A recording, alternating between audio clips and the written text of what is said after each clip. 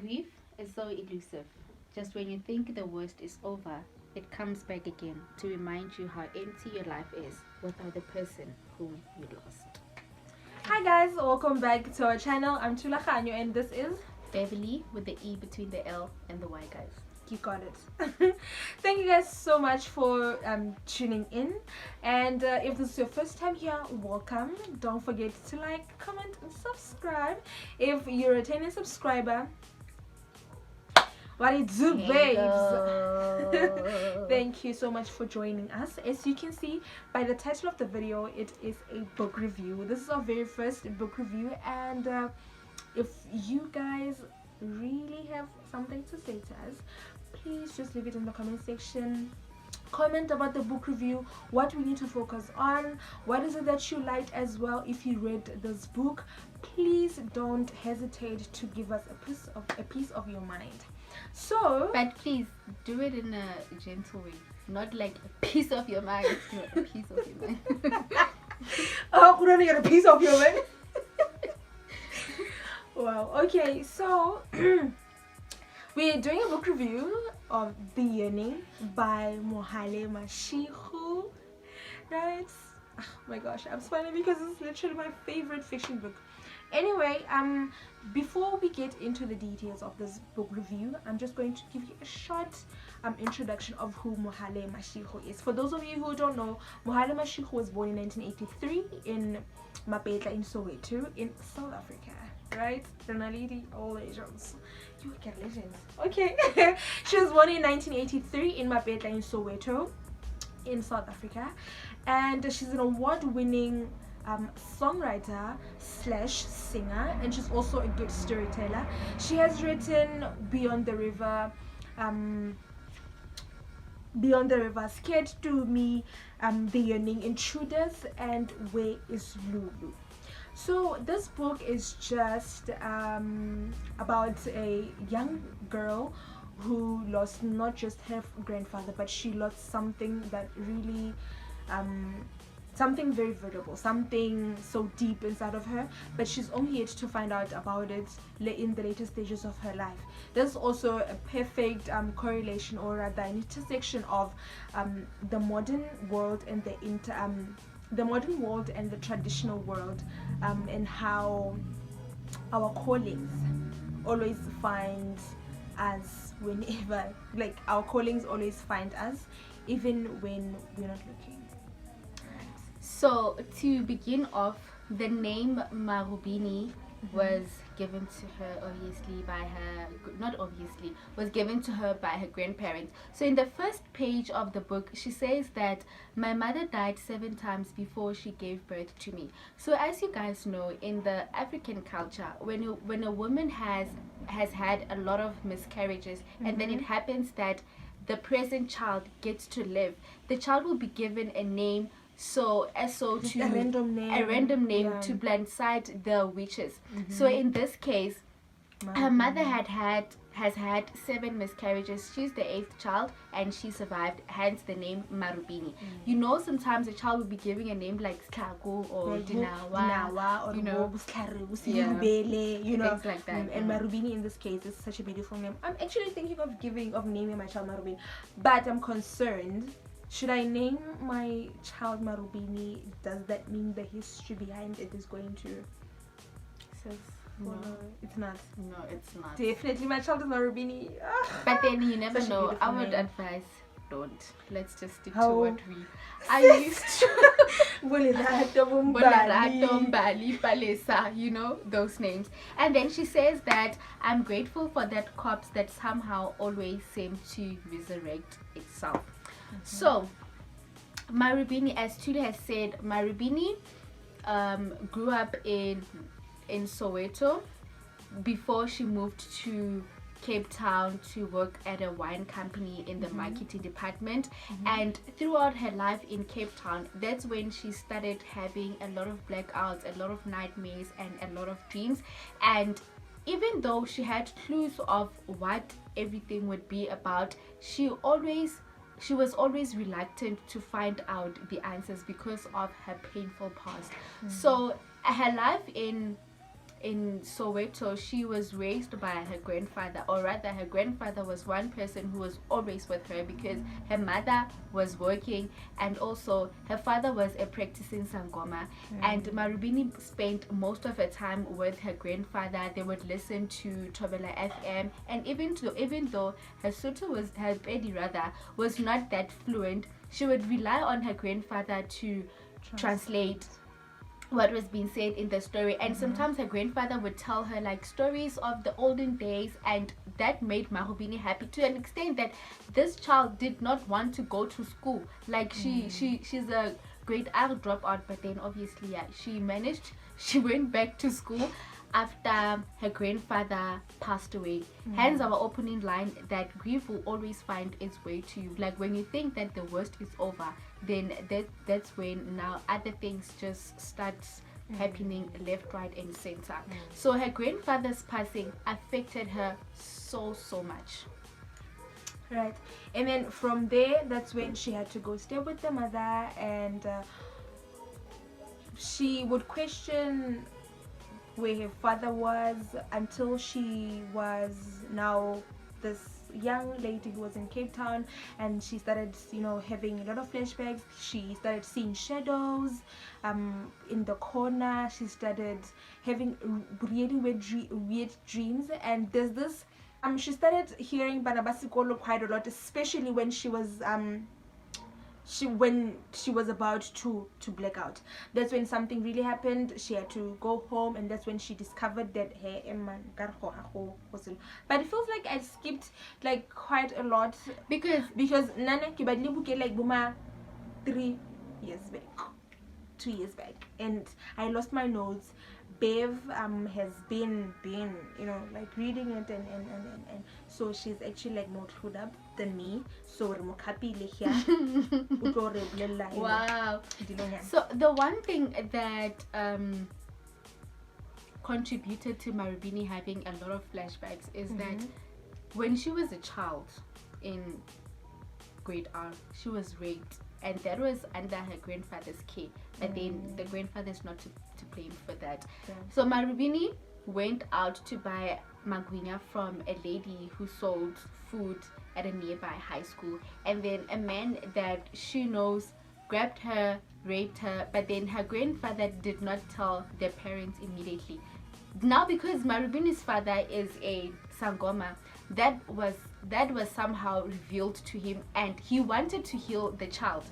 But then there was always this conflict between the mom and the dad. Her mom, even though she loved the father, but then she did not believe in the whole being a sangoma thing and practicing your rituals on the child. So there was a part where the mom one time found Marubini's dad with Marubini in his practicing heart, wanting to heal the child, and it was just back and forth. Jabu is the father's name. Jabu, no, I have to heal the child. And also Marubini's dad had to physically die to become a snake that would guard or be Marubini's bodyguard, so that her pain doesn't grow any further into her life. And in the book it says that man who tried to take away something painful, he became the owner of the pain. He drained it out, so it became his duty to guard it and never let it spread further. The pain was now his burden. Now we're talking about the great snake, and he was a snake at some lake in Congo.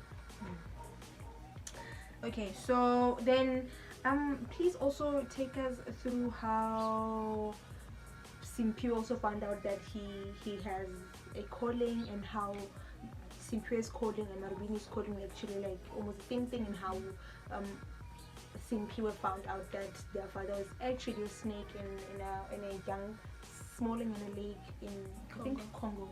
So Simpiwe is Marubini's baby brother, but then when Simpiwe was a couple of months old, the dad passed, so he doesn't really have a vivid picture of the dad. So the only time he saw his dad was in the dream, but then he was not 100% sure who that man is. And then he was gifted in drawing. So what would happen to Simpiwe is that he would just randomly draw something, and then he kept all his drawings. And then when he visited, he attended Dragonberg's Boys High. Like Dragon Ball Z.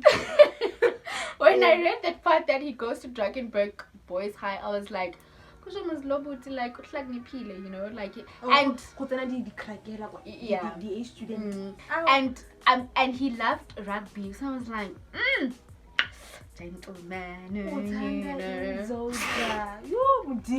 Back to the meta. Okay, back to the meta. So Simpiwe had a file of all his drawings, and then he showed them to his sister Marubini, only to find out that literally the very same things that were on the drawings were the things that Marubini has dreamt of before. Oh, okay. So their gifts were what do you call it? Were intertwined. But then the grandmother, Marubini's, or rather let me say their grandmother, who later healed Marubini or performed a cleansing ritual for her, was against Simpiwe becoming a Sangoma. She was just like, you know what, we can only have one Sangoma from this person, because she was also against the dad becoming a Sangoma. So Marubini, her final flashback was at their cousin's wedding, and that was when also it was realized that Marubini is pregnant. So Marubini was dating this other French chef named Pierre.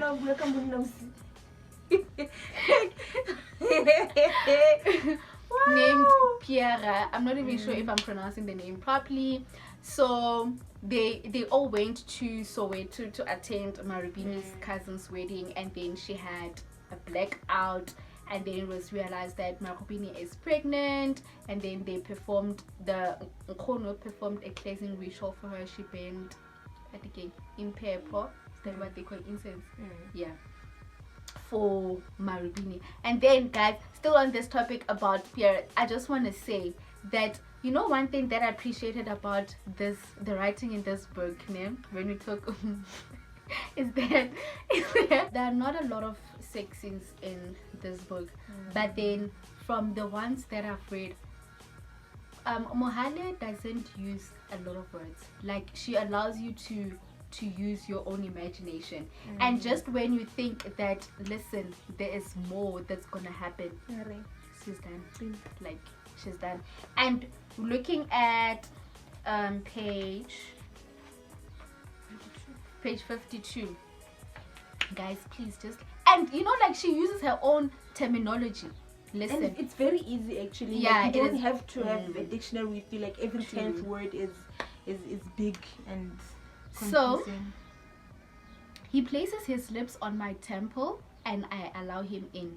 It's a place he knows, an ever-changing place, and yet it always feels like home. Hands on his damp back, I'm scared. Head resting on my chest. It's okay. Hands pulling my hips in. Yes. Thighs squeezing him tighter. Mouth around my nipple. Don't let me go. Teeth grazing his shoulder. I want to give you more.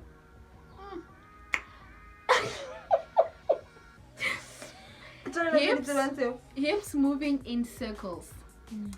Arched back, falling into his flat palms. I'm scared of my own darkness. Cold chest against my wet back. Dive into me, stroking myself, moving away and crashing together. Legs quivering, mouth open, arms pulling me closer. We are both home. Just like that. I mean, sis. I give us more. We are both home, and we know what she means when she says we are both home. It's like you can see it. Exactly. And like, she allows you to use your own imagination. That's one thing that I appreciated about this part. But then I just Why are you so passionate about the part? more. Why are you so passionate about the Why is she so passionate about that? Why is she so guys, please ask her, like, why are you passionate? And if you're like, why let up and your eyes grow? See? speaking with so much passion. Anyways, But anyway, so how do we feel about the book? how do I feel about the book? One thing, can I give fiction in this book? Fiction. Guys, I always have like trouble Same. I have to distinguishing say between non- fiction I have to say and non-fiction. unfiction. Okay, fiction. So this is fiction. Yes. Fiction. Okay. When I read this book, I thought that this is something that really, really happened. I don't know why it didn't click to me that no, the author is Mohale and in the book we're talking about Marubini. But somehow I thought that this is her story, you know, because it felt so real. And I remember, but then when I found out that no, this is just fiction, I was so disappointed because I remember one time I went on Instagram and I was stalking her. And also on Instagram, she doesn't use the name Mohale Mashiro. She uses Black Porcelain. I don't know how to pronounce it. She uses that name on Instagram. And then I was going through her Instagram and then there was a picture with her dad. And then I remember, like, literally, guys, I texted Thuli. I was like, Auntie, is Marubini's dad not dead? Like, no. Hey, is Marubini's dad not dead? It's like, yeah, she is. But then why is baby girl posting about her dad? Like, literally. And the picture was from last year, I think. I was like, oh, what is happening? It's like, no, it's a fiction. Honestly, I enjoyed this book. And one thing that I've learned from this book is that, you know, most of the time in life, the one thing that we are always yearning for, for me, it taught me to be patient, especially with regards to your dreams, you know, your calling, to let everything happen at its own time, you know, go through the whole process, because I feel like if you rush through things, then they lose value and, you know, authenticity. Imagine if Marubini had, from her first or second dream and blackout, she was like, you know what, I'm going into this thing, my calling is to be a sangoma. I don't think that she would have been she would have been so equipped. Her grandmother wouldn't have guided her through a lot of things. Imagine if, like, she was going back and forth with her grandmother that no, we're talking about things from the olden days. I want to go through this whole journey, you know, I want to practice, I want to do this. So I love the fact that everything happened at its own time. It feels like everything happened within a period of a year, but then I feel like that is also a long time, you know, for a person to learn a lot about themselves, about their past, about what they're also being called into.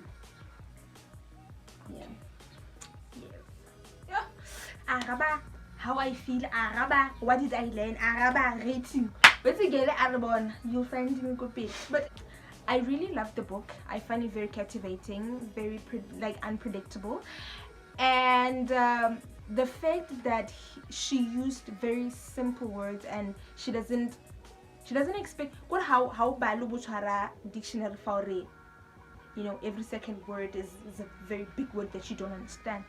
And for an African person, it's very nice to be reading about things that we grew up being taught about, some things that are now happening, and a lot of people around us are finally finding themselves, and also it just goes to show how big a parent's love is.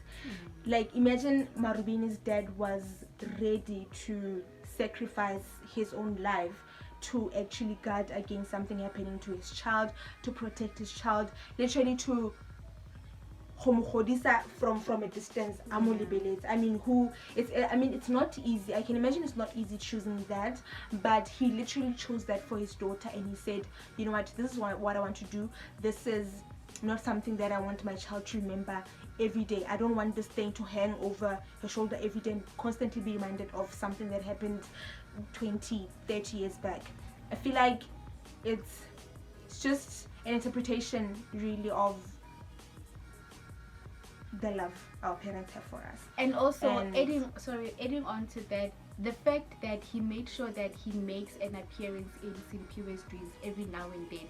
You know, considering the fact that when he passed away, Simpiwe was a couple of months old. So Simpiwe doesn't really know his dad. And when he drew the picture of that man that he saw, it was confirmed that no, this is your dad. Right. And also I think like it's very nice to it's quite a blessing actually to be surrounded with people who actually believe in something that you're really destined for, to have someone to support you through the thick and the thin, right? To have someone say, Sharp, I don't believe in something, but you believe in it, so I'm going to walk this journey with you. So I'm really actually glad that Marubini's grandmother, Marubini's mother, and everyone else was willing to walk this journey with her. And what did I learn? That our callings are going to find us even more expected.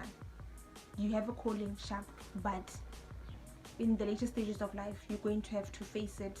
You're going to have to, to respond to it at some point. And actually, just like need to respect each other's beliefs and be different. Yeah, sure, but we just need to give each other some support. And yeah. And also, Mohale did say that when she was writing this book, she wanted to show everyone that as African literature writers, our stories are valid. You know, sometimes I feel like as people we dwell too much on the Western, and we forget our roots, who we are, we forget where we come from. Right. So I feel like this was just to show people, maybe someone out there is probably going through the same thing and they're scared that they will be rejected. As she said, that this book has been rejected by a lot of publishing companies to an extent where she decided that she was going to publish it on her own. On her own. So I feel like this is just like validation that our stories are true, they're valid. Our stories mean something to us, although the next person will not like understand our roots and where we come from the same way we want them to, but this is just like validation that we are valid. Our stories are true and stories matter too. And if you're going through this that Marubini has went through, you know that the next person has went through it, and it gives you comfort knowing that you're not the only one, and gives you comfort knowing that it's not something that's taboo. It's not something say it's just going to happen to you and you understand? Like and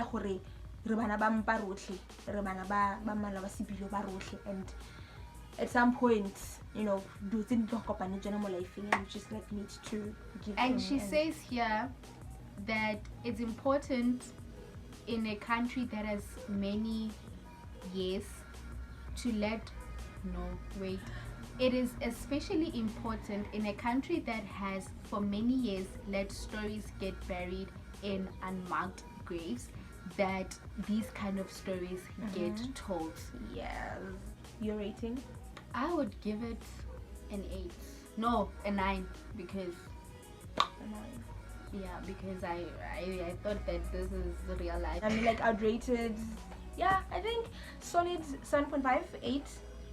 Yeah, I really enjoyed it. It's a very good read, and I definitely recommend it to the next person. So yeah. And also I love the fact that, like Thuli said, it uses simple English, guys.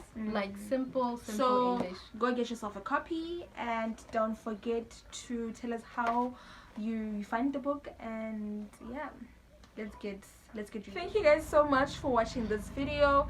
Thank you for liking, commenting, subscribing, and we see the number of subscribers is going up. Thank you so much. Thank you. And thank you guys for sharing. Honestly, for telling your friends to tell their friends. Highly appreciate it. Thank you guys so much, and we hope to see you soon. And from these hearts to yours, it's all love. Bye.